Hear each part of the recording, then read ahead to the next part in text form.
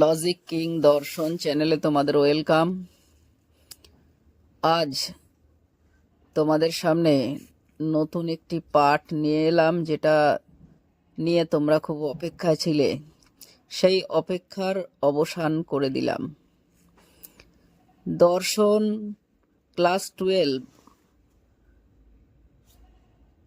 2026, যেটা তোমাদের ফাইনাল পরীক্ষা হতে চলেছে, সেই পরীক্ষার সাজেশান দিয়ে দিলাম। যে সাজেশানটা খুব ভাবনা চিন্তা করে বিভিন্ন বইপত্র ঘেঁটার পরে একটি ফাইনাল সাজেশান তোমাদের সামনে তুলে ধরলাম। এই সাজেশান অনুপাতে যদি তোমরা পড়ে থাকো, তাহলে আশা করা যায় তোমরা প্রত্যেকে ভালো নম্বর পাবে। তবে অনেকে হয়তো জানো না যে ক্লাস 12 4th সেমের ফাইনাল পরীক্ষায় নম্বর প্যাটার্ন কিভাবে আসবে। 4th সেমিস্টারের নম্বর প্যাটার্ন কিন্তু দুটি ইউনিট রয়েছে, প্রথম ইউনিট এবং দ্বিতীয় ইউনিট। প্রথম ইউনিট থেকে তোমাদের নম্বর থাকছে কিন্তু 22, এবং দ্বিতীয় ইউনিট থেকে নম্বর থাকছে কিন্তু 18।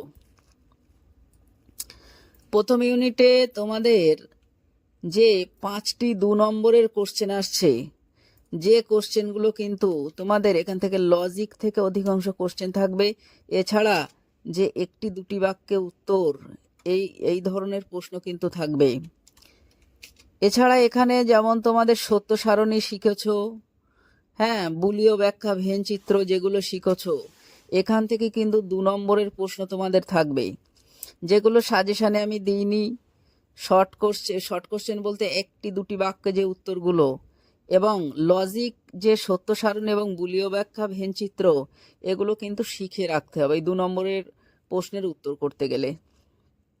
এছাড়া তোমাদের প্রথম ইউনিট থেকে যে 22 নম্বরের কোশ্চেন দেবে, তার মধ্যে প্রথম ইউনিটে কিন্তু তোমাদের 3 নম্বরের 2টি কোশ্চেন থাকবে প্রথম ইউনিট থেকে। সেই সমস্ত কোশ্চেনগুলির মধ্যে উল্লেখযোগ্য কোশ্চেনগুলি হলো, এই কোশ্চেনগুলোতে যদি তোমরা পড়ো তাহলে কিন্তু তোমরা কমন পেতে চলেছ। এই কোশ্চেনগুলো তোমাদের রেডি রাখতে হবে, যেহেতু সিলেবাস নিউ সিলেবাস অনুপাতে এই সাজেশান বানানো, ঠিক আছে? তাই তোমাদের প্রথম ইউনিটে 1 নম্বর প্রশ্নই কি বলছে দেখে নাও। সংকেত কাকে বলে? সংকেতের প্রকারভেদগুলি লেখো। সংকেত কাকে বলে? সংকেতের প্রকারভেদগুলি লেখো, ঠিক আছে? নাম্বার 2তে কি বলছে? এগুলো সব কিন্তু 3 নম্বরের কোশ্চেন। সত্য মূল্য বলতে কি বোঝায়? বিভিন্ন প্রকার সত্য মূল্যগুলি কি কি? নাম্বার 3, বৈজ্ঞানিক আরোহ অনুমান ও অবৈজ্ঞানিক আরোহ অনুমানের পার্থক্যগুলি লেখো। নাম্বার 4, আবশ্যিক শর্ত ও পর্যাপ্ত শর্তের মধ্যে পার্থক্যগুলি লেখো। নাম্বার 5, মিল প্রদত্ত পরীক্ষামূলক পদ্ধতিগুলি কি কি? নাম্বার 6-এ কাকতালীয় দোষ কি সংক্ষেপে ব্যাখ্যা করো। দোষ কিন্তু অনেকগুলো রয়েছে, তার মধ্যে কাকতালীয় দোষটা ইম্পর্টেন্ট বলে মনে হচ্ছে, তাই আমি সাজেশানে এটাকেই সাজেস্ট করলাম। আচ্ছা, তাহলে আমাদের প্রথম ইউনিট থেকে এই কোশ্চেনগুলো যদি পড়ো, তাহলে কিন্তু তোমরা 2টি 3 নম্বরের কোশ্চেন পেয়ে যাবে আশা করা যায়। এছাড়া ইউনিট 2তে আবারও ঠিক একই রকমভাবে 2টি কিন্তু 3 নম্বরের প্রশ্ন থাকছে। ইউনিট 2তে যে সমস্ত প্রশ্নগুলি রয়েছে, তার মধ্যে 1 নম্বরে রয়েছে, দেখো, পার্থক্য লেখো সকাম কর্ম ও নিষ্কাম কর্ম। আচ্ছা, 2 নম্বরে রবীন্দ্রনাথ ঠাকুরকে মানবতাবাদী দার্শনিক বলা হয় কেন?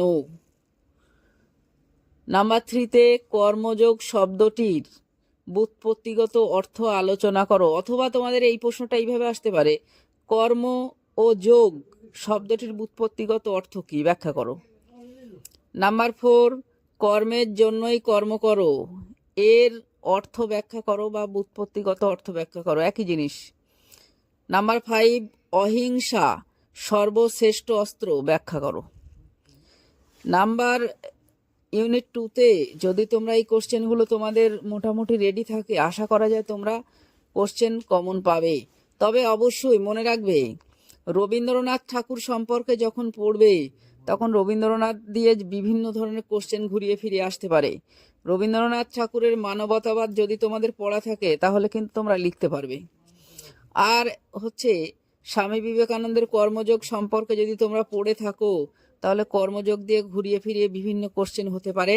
এবং গান্ধীজির অহিংসা অহিংসা যে আন্দোলন বা অহিংসার যে রীতি, এই কথাটা দিয়ে কিন্তু কোশ্চেন বিভিন্ন ধরনের হতে পারে, বিভিন্ন ধরনের ঘুরিয়ে ফিরিয়ে কোশ্চেন হতে পারে। তাই গান্ধীজির অহিংস রীতিটা কিন্তু তোমরা সবাই পড়ে রাখবে। এই গেল না ইউনিট 1 এবং ইউনিট 2 এর 3 নম্বরের কোশ্চেন। এই কোশ্চেনগুলো তোমরা রেডি থাকবে। কোশ্চেন ঘুরিয়ে ফিরিয়ে যাই দিক না কেন, এই কোশ্চেনগুলো যদি তোমাদের পড়া থাকে তাহলে কিন্তু তোমরা লিখতে পারবে, আর লিখলেই কিন্তু নম্বর। ঠিক একইভাবে আবার ইউনিট 1-এ আমাদের 6 নম্বরের কোশ্চেন কিন্তু একটি দেবে।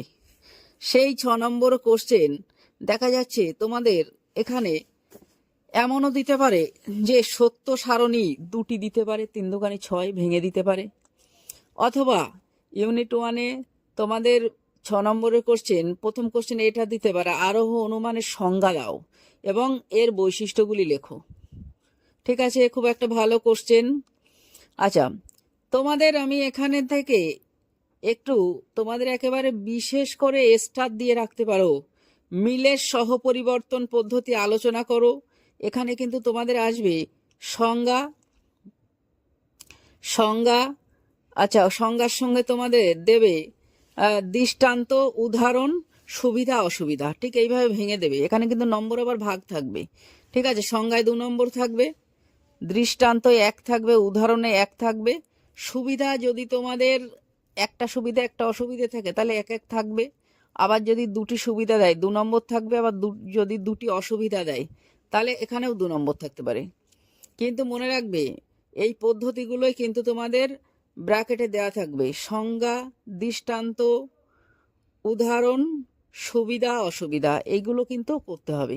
মিলের সহপরিবর্তন নাম্বার 4-এ মিলের ব্যতিরেকি পদ্ধতি, এই 2টি যদি তোমরা পড়ে যাও আশা করি তোমাদের কিন্তু কমন থাকবেই একদম। অথবা 4 নম্বরে কি বলছে, মিলের অন্যায় পদ্ধতি আলোচনা করো। তোমরা যদি মিলের সহপরিবর্তন পদ্ধতি, ব্যতিরেকি পদ্ধতি এবং অন্যায় পদ্ধতি পড়ে যাও, এই 3টে পদ্ধতি, তাহলে তোমরা কিন্তু একটি 6 নম্বর কোশ্চেন একদম 100% কমন পাবেই, একদম কনফার্ম। এটা তোমরা একদম পরিষ্কারভাবে জেনে রাখো। তোমাদের কিন্তু একটি কোশ্চেন আমি 2026-এ কমন করে দিলাম ইউনিট 1 থেকে। একটি 6 নম্বরের কোশ্চেন এখান থেকে দেবেই দেবে, একদম কনফার্ম। ঠিক আছে, ঠিক একই রকমভাবে ইউনিট 2-তে এখানে কিন্তু আমরা 2টি কোশ্চেন পাবো 6 নম্বরের। ইউনিট 2-তে 6 দুগুণে 12। দেখো এখানেও ঠিক একই রকমভাবে তোমাদের ইউনিট 1-এ 6 নম্বরে একটা কোশ্চেন কনফার্ম করে দিলাম। ইউনিট 2-তেও তোমাদের 2টি কোশ্চেন আমি কিন্তু কনফার্ম করে দেবো 6 দুগুণে 12 নম্বর। যেমন একে কি বলেছে, রবীন্দ্রনাথ ঠাকুরের মানবতাবাদ আলোচনা করো। রবীন্দ্রনাথ ঠাকুর দিয়ে কোশ্চেন তোমাদের বিভিন্ন রকম ঘুরিয়ে ফিরিয়ে আসতে পারে। ঠিক আছে, কিন্তু রবীন্দ্রনাথ ঠাকুরের মানবতাবাদ এইটা কিন্তু তোমার মনে রাখতে হবে। ঠিক একইভাবে নাম্বার 2-তে স্বামী বিবেকানন্দের কর্মযোগের ধারণা ব্যাখ্যা দাও, বা স্বামী বিবেকানন্দের কর্মযোগের ধারণা দাও। ঠিক আছে, নাম্বার 3-তে মহাত্মা গান্ধীর অহিংসা শব্দটিকে কোন কোন অর্থে ব্যাখ্যা করা হয়েছে। একদম তোমরা এই জায়গাটা কিন্তু ভালো করে মনে রাখবে। রবীন্দ্রনাথ, স্বামী বিবেকানন্দ এবং মহাত্মা গান্ধীর অহিংসা, স্বামী বিবেকানন্দের কর্মযোগ, রবীন্দ্রনাথ ঠাকুরের মানবতাবাদ, এই 3টে কোশ্চেন যদি পড়ে যাও একদম চোখ বুজিয়ে এখান থেকে 2টো কোশ্চেন কিন্তু তোমরা পেয়ে যাবে। ঠিক আছে, এত চ্যালেঞ্জ নিয়ে তোমাদের সামনে এই কোশ্চেনগুলো আমি বলছি। এই কোশ্চেনগুলো বলা কিন্তু খুবই টাফ। তারপরেও তোমরা যারা এখনো কোন প্রশ্ন খুঁজে মানে পড়বে খুঁজে পাচ্ছ না, তোমাদের জন্য 6 আর 12 18 নম্বর কমন করে দিলাম আমি। হ্যাঁ, নাম্বার 4-এ কি বলছে, কর্মযোগ বলতে কি বোঝায়? বিবেকানন্দ তার কর্মযোগ ভাবনায় নিষ্কাম কর্মের নির্দেশ কিভাবে দিয়েছেন? ঠিক আছে, যে বিবেকানন্দ বলেছেন যে কাজ করতে হবে কর্মফল উপেক্ষা করে, কর্মফলের আশা করে নয়। এই যে কথাটা বলেছে, এই কথাটা কিন্তু তোমাদের বুঝিয়ে দিতে হবে। তবে অবশ্যই এখান থেকে ইউনিট 2-তে 1 নম্বর রবীন্দ্রনাথের মানবতাবাদ, স্বামী বিবেকানন্দের কর্মযোগ এবং মহাত্মা গান্ধীর অহিংসা শব্দটির মানে অর্থ ব্যাখ্যা করো বা অর্থ সম্পর্কে যা জানো লেখো। এই যে 3টে কোশ্চেন যদি তোমরা পড়ে যাও, 2টো কোশ্চেন এখান থেকে কিন্তু কনফার্ম পেয়ে যাবে। তাহলে দর্শনে কিন্তু 40 নম্বরের কোশ্চেন কিন্তু তোমাদের আমি এখানে আলোচনা করে দিলাম। এই কোশ্চেন যদি তোমরা পড়ে থাকো তাহলে কিন্তু তোমরা ভালো রেজাল্ট বা ভালো মার্কস পেতে চলেছো। হ্যাঁ, এখানে আমি 30 নম্বরের প্রশ্ন তোমাদের সামনে তুলে ধরেছি এবং 10 নম্বর আমি কিন্তু যে সত্য সারণী, বুলীয় ব্যাখ্যা, ভেনচিত্র, লজিকগুলো তোমাদের শিখতে হবে। যারা এই লজিক শিখতে পারোনি তারা আমার ভিডিওর প্লেলিস্টে গিয়ে ভিডিওগুলো দেখে নেবে, তাহলে ওখানে এই লজিকগুলো কিন্তু করে দেওয়া আছে। ঠিক আছে, তাহলে ওই লজিক কিন্তু তোমরা ওখান থেকে শিখে নিতে পারবে। আর কি দেখবে প্রথম ইউনিটের ওই যে 5টি অধ্যায় রয়েছে, ওই অধ্যায়ে দেখবে কিছু শর্ট কোশ্চেন আছে, 1টি 2টি বা 2টি 3টি বাক্যে উত্তর। ওই শর্ট কোশ্চেনগুলো কিন্তু কিছু তোমাদের পড়ে রাখতে হবে, যেহেতু ওখানে 5টি কোশ্চেন থাকবে, 5 দোকানেই 10 নম্বর।